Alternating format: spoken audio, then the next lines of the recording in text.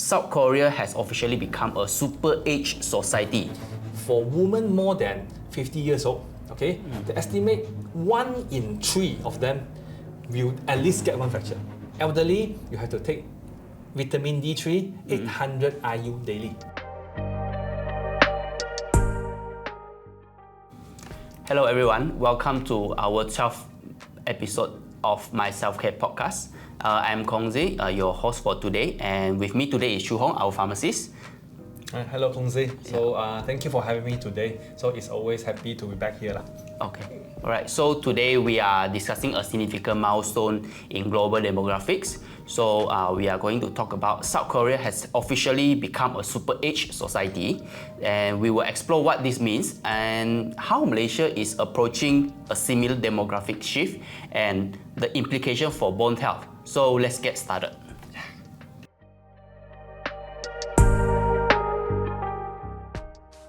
Okay, so let's start with some groundbreaking news. So recently, in 24 December 2024, South Korea has officially become a super age society. So this milestone put South Korea among a growing list of countries like Japan and Italy that are experiencing the profound implication of an aging population. Alright, so first, what is super age society and why is this happening? So Chu Hong, can you explain to all of us? Yeah, of course. So there are certain terms we need to know before we go into the South Korea. So the United Nations have come out with a list of definitions when we talk about all this aging society. So when a country, when their population of their citizen more than 65 years old reach 7%, okay? 7% of the total population is more than 65 years old. Right. They are called aging society. Okay?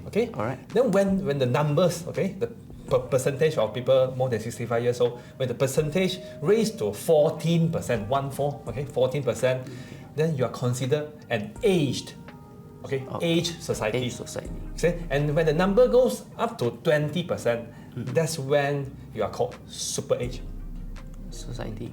Yeah, so like the 24th December, the Christmas Eve, then the Korean Ministry of Interior and Safety, they announced that now they are in Korea, their total citizen about 51 million people. So now there's about 10.24 million more than 65 years old. So just about that 20%. So they officially announced they are now a super age society. Okay, so that is one thing, but I think the more scary one is you see the trend. Okay, in 2008, the percentage is 10%. Okay, only 10% of their population is more than 65 years old. Okay, and then 2019, it's 15%. Okay, they take around 11 years to raise the 5% increment. And then, from 2019 until 2024, in 5 years' time, from 15% become 20%. So you can see the trend is like exponential. Yeah. Okay. So any idea why is this happening? Very good question. So I think this is very similar among all the developed countries. You see Japan, Italy, I think many countries in the Europe. Okay, so whenever a country is developed, their population will be aged. Yeah. So why is this happening? Okay, first, of course, it can be a good thing. Okay, it means when your country is developed, your healthcare system becomes so good, so your citizen can live very long. I see. Okay, that's the good part of it. So we see that's good thing. But on the other hand, also sometimes it means when the country growing very rapidly from the economic side, means their citizens have to work harder. Okay, they have to spend more time in working. Okay, and then also their life quality will get better, which means their cost of living also higher. Okay, so this like indirectly it will lead to low total fertility rate. It means their citizen they either they marry or not marry, doesn't matter. Even they marry, they don't want to really to have a baby with the children because the cost of living it becomes so high. Okay, so this is what happened in Korea. So their total fertility rate has been very low for many years. Yeah. So it even reflect more elderly people in the Yes. statistically. Yeah, so the people will age, you live longer, yeah. and then at the same time, there's no young person coming up. Yeah, yeah. So that's why Okay. the percentage of the aging people become more. I see. Yeah. Okay.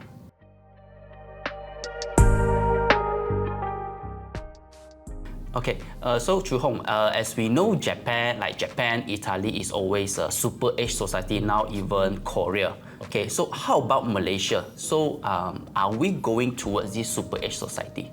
Okay, so you guess what is the percentage of our population more than 65 years old? I guess 10% maybe?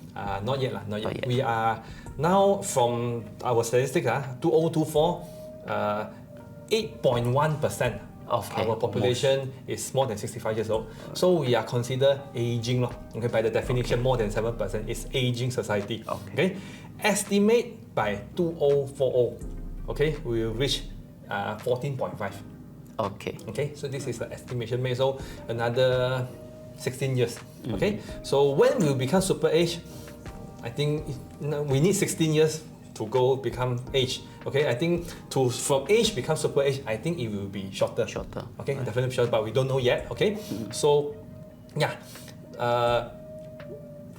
we can see the trend from all the countries you mentioned, South Korea, Japan. Definitely, if our country is doing well, our economic, our everything develop well, definitely one day we'll reach there, and we can see the trend. Yeah, the percentage of the aging population in our country is definitely increasing. Yeah. Okay, so what exactly are the impacts of aging to our society? Okay, so it's definitely a challenge to our social structure, economy, and the healthcare system. Okay, so but that's the thing, aging is just not about like you live longer. No, sometimes something we have to see is how good the quality of living of our elderly. Okay, so one of the very major issue we see in our elderly is bone health. Okay, because as we age, our body will have some changes, hormonal changes, and then our bone density definitely will decrease according to age. Okay, make our bone more fragile, and then elderly people will be more prone to fall and fracture. Okay, so if that happens, not only the quality of life of the elderly become poorer, okay, it will become a very big burden for our healthcare system. Okay, so it can be a very big burden for personally, okay, for the family and the society. Okay. Yeah. All right.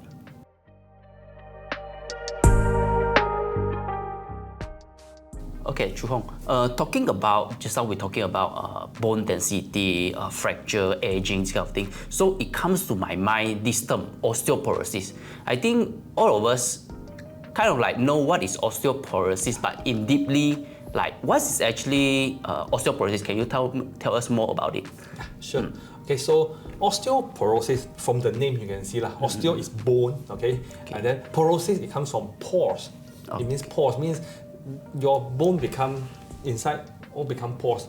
Means your bone becomes so weak and fragile, and you can get fracture very easily. So osteoporosis is often a silent disease. Okay, because when you have it, if you don't test anything, you won't know it until you have a fracture. Then only you know you have osteoporosis. Okay, so of course, like we say, they can get osteoporosis, they can get fracture very easily. Okay, and we call it osteoporotic fracture or fragility fracture. Okay, so this kind of fracture is not the usual fracture you have. So it means your bone becomes so weak. Okay, even with very minor, very little bit trauma, also you can get fracture. Okay, so and it very often it occurs in your wrist, okay, your spine and the hip. Yeah. Okay, so who are at risk of osteoporosis? Normally it's like older people maybe? Yeah, okay. Of course, older people, like we say, older people, they are at risk of this. Okay, so there are few risk factors, I can tell. So we have the non-modifiable, which you cannot change, and then we have the modifiable. Let's talk about the non-modifiable first. Okay, number one is gender. Okay, women will tend to get osteoporosis more easily. Okay, this is because, especially post-menopausal women. Okay, after their menopause, because when women have menopause, went through their menopause, the level of their sex hormone, estrogen, okay, will drop very drastically. And then estrogen is a very important hormone to maintain your bone. So when the level drop, your bone will suddenly become very weak lah. Okay, so that's why women will get osteoporosis more often. So the International Osteoporosis Foundation, okay, they have come out with this estimation lah. Okay, they estimate for women more than 50 years old, okay, they estimate 1 in 3 of them will at least get one fracture. Oh, okay. In 1 in 3 of 3 women above 50 years old will have at least one fracture. Yeah, they have very high chance, like 30%, right? Yeah, 33%. Yes, compared to men, 50 years old above is 1 in 5. Okay. Okay, so definitely women have the higher risk. Okay, there are also other risks like you said, older age, okay, when you age, easier to get. Okay, and then if you have family history, you've got family who have osteoporosis, then you have higher risk also. Okay, those are non-modifiable. You cannot do anything. Okay, you're a woman, you cannot really change that. Okay, and then let's talk about the modifiable one that we can change. Okay, first one, people who take very low intake of vitamin D3 and calcium. Okay, if you take your intake not enough, you've got higher risk. Okay, sedentary lifestyle, you don't exercise one. Okay, you have higher risk. Okay, cigarette smoking, smoker, higher risk. Okay, excessive alcohol intake. Okay, so it's defined by excessive. It means you take more than 3 units, more than 3 cups per day. Okay, excessive caffeine intake. So this one I think very common nowadays. People, not only old people, young people, you like coffee so much. So excessive caffeine intake. Okay, you take more than 3 drinks per day. Okay, you have higher risk to get osteoporosis. And also underweight people, people who is underweight, BMI less than 19 kg per meter square. I see. So osteoporosis is something like a silent disease, like we are not aware. So how can be osteoporosis being diagnosed? Osteoporosis is normally we can do some tests to diagnose it. Okay. Yeah, so typically it's diagnosed through we measure something called bone mineral density. Okay, so you can test it. Typically they will test the bone mineral density, the density of your bone in your hip, your spine, or your forearm. Okay, because this 3 sites is the one you can get fracture most commonly. Okay, and the readings of this bone mineral density normally we call it T-score. Okay, it's a statistical score. Okay, so when your T-score is below negative 2.5, then you are diagnosed to have osteoporosis. I see. Okay, so how is bone mineral density being measured? Okay, the gold standard of the method is using dual X-ray absorptiometry. Okay, with the short name we call DEXA. Okay, so it's a form of X-ray. Okay, it has to be carried out by doctor or qualified radiographer. Okay, so they will use this thing to measure, and then they will come up with a reading. What is your T-score? Okay, and then also nowadays we have another method to measure this bone mineral density. You can use ultrasound, which is not so hazardous, not like X-ray, very dangerous. Okay, ultrasound is not so hazardous one. Okay, and actually many people can carry it out. Okay, but ultrasound, the BMD, the bone mineral density measured by ultrasound, won't be as accurate as the DEXA. I see. Okay, so normally they use it for screening. Okay, even you go to, you don't need a doctor, you go to lab anywhere, now they can do it for you. Okay. But that one is just as a screening. It's not normally used for diagnosed osteoporosis. Okay, right.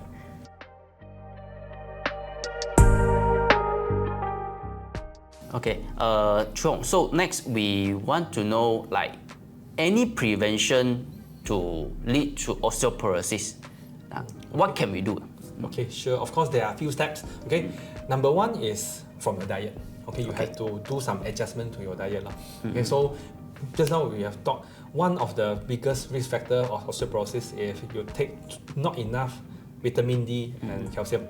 Okay, so very easy. You make sure you take enough in your food. Okay. How much is enough? How much? Okay. For vitamin D3, if for elderly, okay, our Ministry of Health, they have one document, they come out with that document before, it's called Recommended Nutrition Intake. Okay, it's published in 2017. Okay, they recommend elderly, you have to take vitamin D3, 800 IU daily. Okay. Right. Calcium depends on woman or man. Men, they recommend 1000 mg. Okay. Women, they recommend 1200 mg of calcium. Okay. As long as you get that amount, then you are somehow, you have lower risk lah. You can lower your risk of getting osteoporosis. I see. Okay. So it's kind of like a bit difficult to imagine like how much is 800 IU vitamin D3 or 1000 mg of calcium. Like, do you have any example that how we can achieve that? Like how much of food we can take it? Okay. So we look at calcium first. Okay. So because calcium is the easy one, you can get calcium from food very easily. Okay. So example, you go out and buy calcium fortified milk. It's very easily, all the Enlina, all those brands. Okay. 1 cup already give you 600 mg. So it's half of your daily requirement already. And then you can get, example, you can get some green leafy vegetable, example kailan. Okay, 1 bunch you can get around 300 mg already. So you got 900 already. Okay, and then you can take some sardine. Okay. 1 can, small medium can, it can give you almost 500. Of course, you don't have to take all, you take like half can. You see, I give you just some few examples, like easily you can get more than 1000 already. Okay, of course, there are more examples like tofu. Okay, tofu is also a good source. Ikan bilis. Okay, most of the dairy products. So you take all this calcium-rich food, okay, in reasonable amount. Okay, you consistently take, you can get enough calcium already. I see. Then now we look at vitamin D3. So vitamin D3 is the one a bit tricky because it's not that easy to get vitamin D from natural source. Okay. So we all know the best source of vitamin D3 is always sunlight, because when our skin is exposed to sunlight, will produce vitamin D3. Okay. So do you know how much sun exposure we need so that we can get enough the 800? Not sure. Maybe 10 minutes, 15 minutes. You wish. No lah. Okay, so it's recommended. Okay, you need to have exposed to the sunlight. Okay, twice a week. Okay, twice a week. Each session around 30 minutes. Oh, that's quite long. 30 minutes, and then the timing needs to be between 10 a.m. to 3 p.m. Okay, and then you cannot use sunblock. You have to expose your face, your hand, your leg. If you do that, okay, remember twice daily, 30 minutes, you do that, then you can get enough vitamin D. And in the afternoon. Yeah, that time is the hottest, I would say almost the hottest. Do you think that time is practical? Yeah. Not so practical. Maybe any food or anything can, maybe to supplement it. Food, yeah, food also got, of course we got some vitamin D3 rich food, but unfortunately not that many food. I see. Okay, the best food source of vitamin D3 is always fatty fish. Fish with high fat content. Example, salmon. Okay, salmon every day, if you can take like 200 grams, you can get 800 already. Okay, but unfortunately, salmon in Malaysia is quite pricey lah. Not everyone can afford. Okay, so you might ask me, is there any cheaper choices? Okay, egg also consider quite high in vitamin D3, but one egg contains like maybe 40 IU only. Okay, 40, so you need like 15 to 20 eggs per day to reach that. Okay, okay, milk also got, okay, vitamin D3 fortified milk, okay, fortified one, not the fresh milk, the fortified one, you want to get 800, you need to take 6 to 7 cups per day. So vitamin D3 from food, not that easy lah. Okay, so that is why maybe vitamin D3 supplements can be helpful. Okay, especially if you cannot reach the diet and the sunlight exposure as I mentioned just now. Okay, but just a reminder, don't simply start supplement. You want to start, always get an advice from a healthcare professional lah. Yeah. Okay. So that is about diet. Okay. So for that is the calcium and vitamin D3 part lah. So other than that, okay, we can do some exercise. Exercise will help us to prevent osteoporosis. Okay, so especially some weight bearing exercise. Okay, example jogging. Okay, jogging can help because it helps to build some of your muscle. Okay, and then walking resistance training. Okay, so the gist of it is you need to build some of your muscle. Okay, you build your muscle becomes stronger, you won't fall off so easily. And the stress on your bone when you do okay, your body will somehow help to build your bone stronger. Okay. So lastly, of course, in your lifestyle, you have to change a bit. Example, if you are smoking, you have to stop smoking. Okay, you are drinking alcohol very frequently, you have to reduce that. If you cannot stop, at least reduce that. Okay, if you always drink coffee, this one I think everyone a reasonable amount. Reasonable. You don't drink too much Okay, like I said, not more than 3 cups Okay, you drink 1 cup per day, maybe okay. If you can stop, even better. Okay, So, but I think nowadays you cannot function without coffee Okay. Okay. Yeah. All right. Okay. Okay, thank you so much, Shu Hong, for being with us today and share such important message to us. Okay, thank you, Kong Zhe. So it's my pleasure too.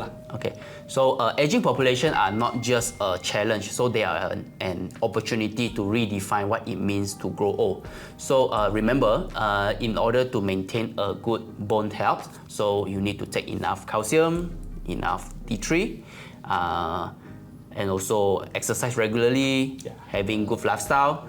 So that's all. So don't forget to subscribe to my self-care podcast for more insights on health and wellness. And until next time, see you guys.